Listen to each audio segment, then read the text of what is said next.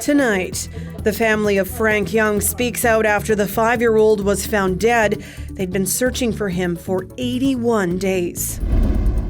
Also, a count of homeless people in Saskatoon shows the massive issue continues to get worse. Plus, the forestry industry is a big economic driver in our province's north, but we look into concerns about the sustainability of clear-cutting and the future of northern forests. This is CBC Saskatchewan News.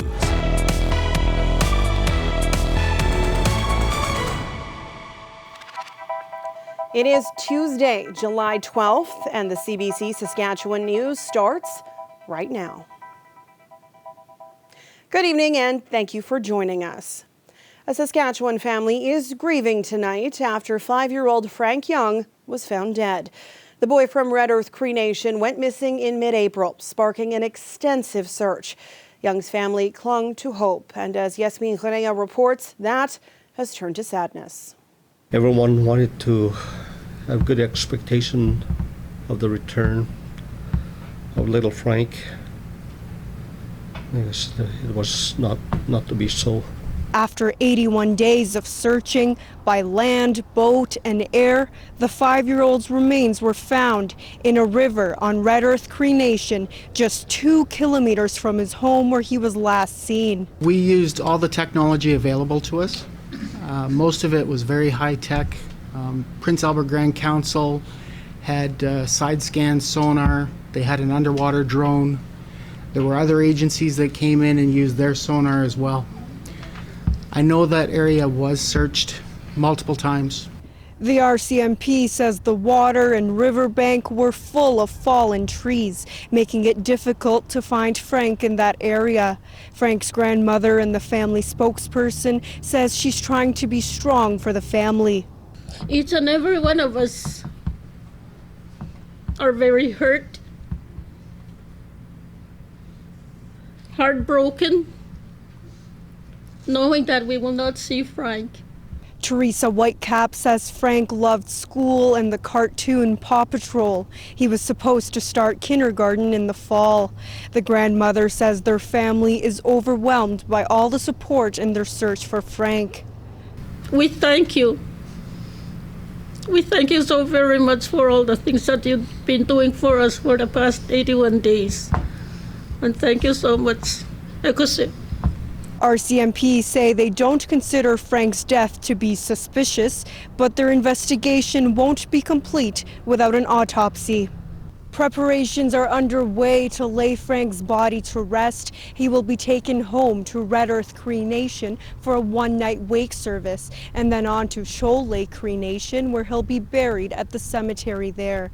The community says that's when the healing will begin. Yasmin Ranea, CBC News, Prince Albert.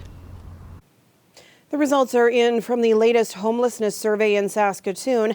It shows a massive and growing problem. Volunteers who surveyed people on the streets of Saskatoon found 550 people experiencing homelessness on one day. The survey provides a snapshot of a point in time and happened back in April. The results show a 15% increase from 2018, but the community partnership behind the survey says it does not capture everyone, and the true number of people homeless is much higher. Of those surveyed, 86% say they struggle with addiction, about 83% identify as Indigenous, and nearly half identified as being chronically homeless. That means they were homeless for a period of 6 months or more during the last year. The vast majority was saying just help. They're looking for help to find affordable housing, help for housing applications to be able to fill those out, help getting ID, because without an address, you can't get ID and you can't access certain services without a health card or without a license or that certification. And transportation. Brenna Sick says the majority of people they spoke with simply can't afford rent or housing, and that there aren't enough housing support programs or shelters to meet the needs of hundreds of people. Those experiencing homelessness are particularly vulnerable this week as a period of intense heat is expected. In Regina, the Salvation Army is working with other groups to make sure people stay safe. We want to make sure that there are places where folks who maybe are downtown for a variety of reasons, and some who may or may not be homeless or moving between places during the day, they're able to find a place where they can cool down, stay safe, and get some water and hydration and potentially other services as well. Places like the Waterston Centre, the Public Library and Carmichael Outreach are available for people to drop in if needed. Meanwhile, the City of Saskatoon is activating its extreme heat response plan. That includes cooling locations, wellness checks, and water bottle distribution for the homeless community. And this is just the beginning of the heat. Ethan Williams joins us now with a look at current conditions. Yeah, it is very hot across the province, Sam. Much of the province right now sitting between 25 and 30 degrees. A closer look at south and central shows that we are close to 35 in some places, including Leader right now. You work your way eastward, though, and there is a bit of a drop-off, only at 25 in places like Wynyard and 26 in Yorkton. And Humidex not playing too much of a factor right now. I think it's really tomorrow where we're going to see this build in. Right now, Humidex levels sitting right about where the temperatures are. We take a look. This is at tomorrow's daytime forecast highs compared with the record highs tomorrow. And I think places like Prince Albert, Saskatoon, Regina, Moose Jaw, we may not get there, especially in Regina. We'll be quite far off. But Yorkton, Swift Current, North Battleford, there is a good chance we could crack the record. And we'll get close in Meadow Lake and La Ronge within about less of a degree. And there are storms on the way tomorrow as well, Sam. I'll have details on that and a lot more coming up a little later in the show. Thanks, Ethan. You're welcome. The premiers are wrapping up their two-day meeting in Victoria the way they started, with a call on the Prime Minister to increase healthcare funding. And we're hopeful that we'll be able to sit down with the federal government sooner rather than later and, work our way through improving healthcare delivery for, the people that we collectively represent. All of the premiers. There's been no response yet from the Prime Minister's office on a meeting with the premiers on healthcare. The CBC's David Cochrane has more on a point of contention and a hint of what the premiers might do next.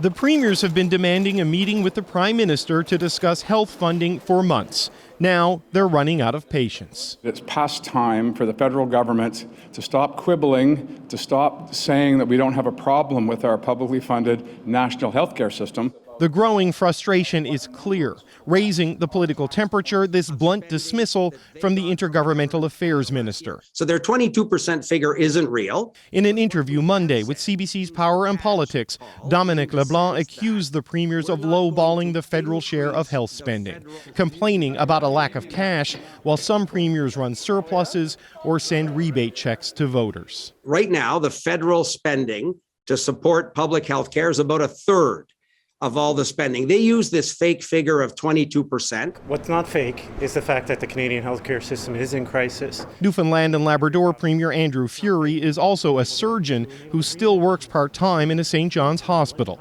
He says bickering over funding splits doesn't solve a growing health crisis. We see it in every province. It's not fake when I have to go in and tell a patient they can't have surgery. That's not fake. The solution, premiers say, can only start with a meeting. They've been demanding a sit-down with the Prime Minister for months. They're still waiting for a date. We want to sit down and reimagine Canadian healthcare in 2022. Let's get on with that. That's the message to Ottawa. If they want to go on a talk show and complain about us, that's fine, but no one will thank them for that. In their private meetings, premiers discuss ways to escalate this fight, with sources telling CBC News they are contemplating a national advertising campaign to spell out the health services patients could lose if provinces don't get more money from Ottawa. David Cochrane, CBC News, Victoria. Canada's telecommunications regulator is demanding answers from Rogers about its massive service outage last week. The CRTC is also considering calls for a public inquiry into the nationwide system failure. The CRTC has sent Rogers a list of more than 50 detailed written questions. The regulator wants comprehensive answers about the outage itself and how Rogers plans to prevent future failures. It's also seeking information about the impact on emergency services and past outages suffered by the Rogers network. The CRTC calls the outage unacceptable. Rogers has until July 22nd to respond. This afternoon, Rogers issued a statement saying it will be crediting customers for 5 days of lost service. The company says it wants to earn back the trust of its customers.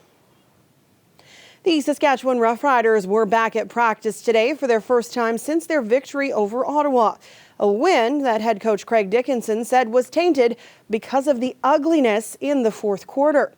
Defensive lineman Garrett Marino delivered a reckless hit around the ankles of Redblacks quarterback Jeremiah Masoli, a tackle which will leave Masoli sidelined with a leg injury for up to 12 weeks.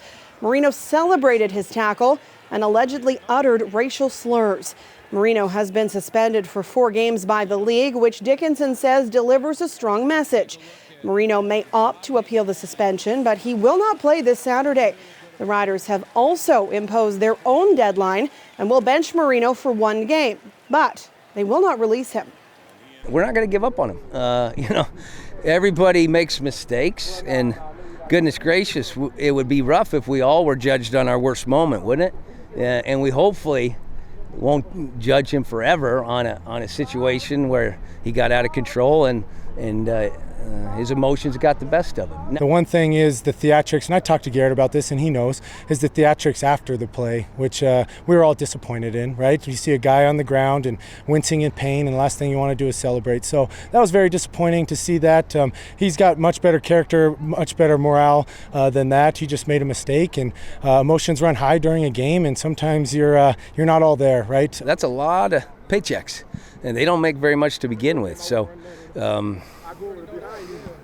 I think it sent the message that it was intended to send. The Riders leave tomorrow for Halifax. They will play the Argos in Wolfville, Nova Scotia in Touchdown Atlantic on Saturday. Kickoff is at noon Saskatchewan time. The stage is being constructed. The umbrellas for shade on Main Street have come out of storage, and the gates are officially open for campers this weekend. Country Thunder is returning to Saskatchewan for the first time since 2019. Headliners on the main stage include Lee Bryce, Morgan Wallen, and Blake Shelton, and it's going to be a hot weekend for the Country Festival. Ethan will have the full forecast after the break. Stay with us.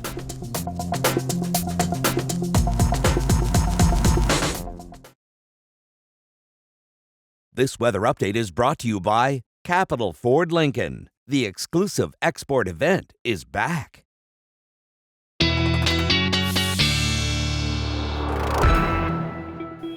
And weather specialist Ethan Williams joins me now. Hot weather means you need hot tunes. I have to ask, what's your favorite summer pump-up song? Okay, I think the first thing that comes to my mind is California Girls by Katy Perry. Song of the summer of 2010, right? I think a lot of people can... What about yours, Sam? I would have just gone with like In the Summertime by Mungo Jerry, but I mean, Katy Perry's awesome too. Well, yeah, I mean, you can't go wrong with Katy Perry, Yes. right? Exactly. Well, it is hot, regardless. Almost dangerously so. We do still have heat warnings in place right now if you are going for a cruise with the tunes blasting in your car. They extend all the way basically from La Loche and Key Lake down toward the Cypress Hills and eastward to also encompass Prince Albert and Saskatoon and Moose Jaw as well. Not sure if these are going to move eastward because technically the criteria for these heat warnings is daytime highs above 32 degrees and overnight lows above 16 degrees, and a lot of eastern locations not going to hit that. That has to be for 2 consecutive days, so we will see if those extend.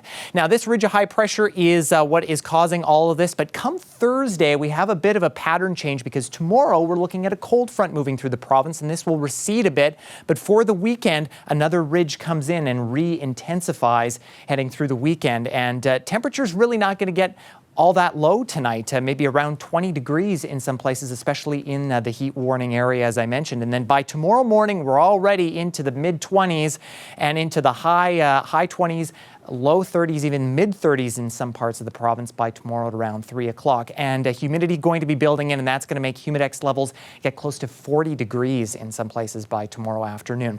Now, high pressure is starting to move out, and we watch this low pressure system develop at the border early tomorrow morning. And this associated cold front is what's going to be triggering off some potentially severe thunderstorms heading through late day tomorrow. This is tomorrow at 8 o'clock, and as the front starts to move through, we will see severe storms likely in most parts of the province, or showers at least, through the overnight hours into Thursday, but then that system moves out and we clear out. And with this, we're looking at wind gusts close to 100 kilometers an hour, maybe some ping pong ball-sized hail at the largest. And as you can see, mostly the western half of the province from La Loche down to the Cypress Hills Hills, basically where that heat warning is in effect, is where we could see the worst of those conditions. And wind gusts will pick up quite significantly. Actually, tonight in the southwest corner, we could see gusts close to 50, maybe 60 kilometers an hour, especially around Maple Creek, Cypress Hills. And then much of us seeing those gusts tomorrow afternoon.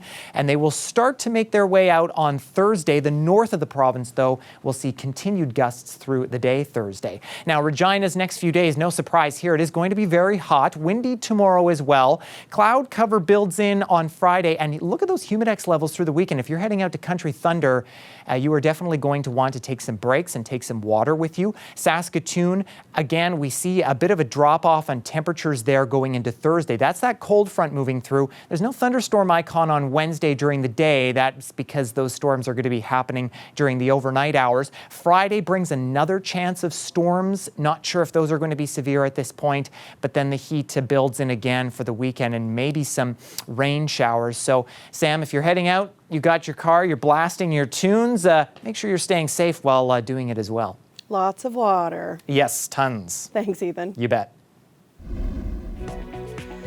NASA has unveiled the first images from the new James Webb Space Telescope. They capture the furthest away and furthest back in time humans have ever seen. Some of these images show parts of the universe that are 13 billion light years away. The Deep Space Photo Gallery includes the Southern Ring Nebula. There are 2 stars in the middle spinning around each other, throwing off gas and dust. The $10 billion telescope is a joint project of NASA and the Canadian and European space agencies. We'll be back after the break.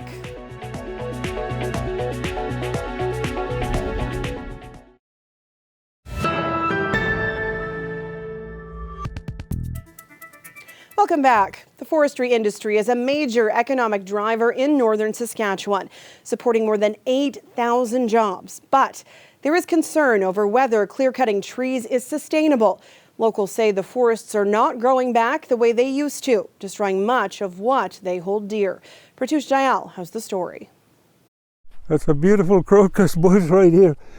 Franklin Carrier explores his trapline near Montreal Lake in northern Saskatchewan with his friend David William Ross. And you can drink that. It's for special things. In more than 40 years of fur trapping, they have seen clear cutting reduce pristine forests to open prairie. I haven't seen nothing. Not much, eh? No. Should be lots more growing here, but there's really dry sand. Last year, that meant Carrier and Ross only caught a handful of lynxes and martens. Carrier says he also only saw one moose last winter. What it's doing with our trap lines is that the animals cannot survive in an open area like this. Clear cutting is a method of harvesting in which all trees are cleared from a site at the same time, and forests then regenerate evenly.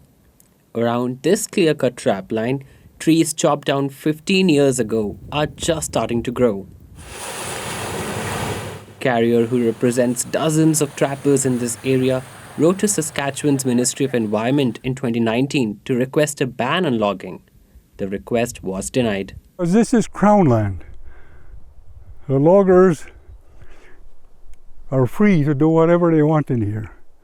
Kick out the trappers because they're nothing. All these seeds. Ross is also a medicine man. He says it's very hard to find any moss, let alone blueberries or jackpine bark. Clear cuts, yeah, they're destroying a lot of medicine. And the land, it takes time to recuperate, eh? They say that the cut forest will take at least another 40 years to grow back. Yeah, so this is an old clear cut here. You can still see the stumps. But Larange resident Miriam Corner says the regrowth in clear-cut areas is often diseased. Really susceptible to beetles boring into them and other diseases and fungi. So my worry is that all these forests are being clear-cut. They're all growing back jack pine, monoculture. Like, as far as we can see, we drove for miles coming in here. Past research says clear cutting often results in monoculture, meaning only one type of trees grow back. Corner and others say it doesn't provide the same habitat for animals, the same vegetation, or the same quality of trees for future use as lumber. Saskatchewan's Ministry of Environment declined multiple interview requests, but by email it said wildfire would destroy these forests anyway. The ministry also says clear cutting is the most sustainable way to harvest timber, as it emulates what would happen naturally during a forest fire. But locals dispute that claim and question the science behind it. A 2011 study says a large body of scientific literature shows that the ecological impacts of clear cutting are much different than that of a wildfire. Perry Zelensky co-owns Zelensky Brothers Sawmill in L'Orange. He says the second growth of timber from clear-cut areas is very poor. Zelensky says there is no consensus on proper harvesting in the industry. We maybe are over-harvesting. We've got a couple large mills now with the OSB plant talk and the pulp mill reopening. There may be some issues regarding that. It's something the province has to look at.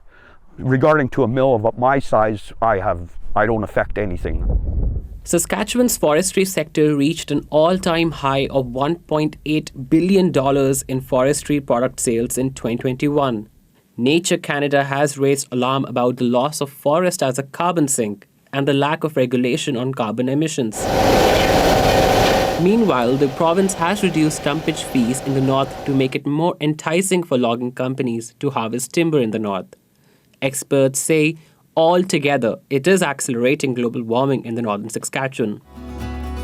The community of La Crosse in northern Saskatchewan is trying to take matters into their own hands. They want to designate the land as an Indigenous Protected and Conserved Area, or an IPCA. That could create buffer zones where logging would be prohibited, according to community member Peter DeRusha. I want people in Saskatchewan to know that it's not just a forest. It's our land, and we want to keep it that way. DeRusha hopes it motivates other communities in Saskatchewan to use IPCAs to protect their forest. For now, Franklin Carrier must trek long distances to continue his traditional way of life. We had fishing industry, trapping, mushroom picking, blowing, cranberry picking. This is what our people were surviving on. And they go and sell the berries in town for food. We're losing that. With traditions already starting to dwindle, he's concerned for what this might mean for future generations. Pratish Dayal, CBC News, near Montreal Lake. You're right there, see?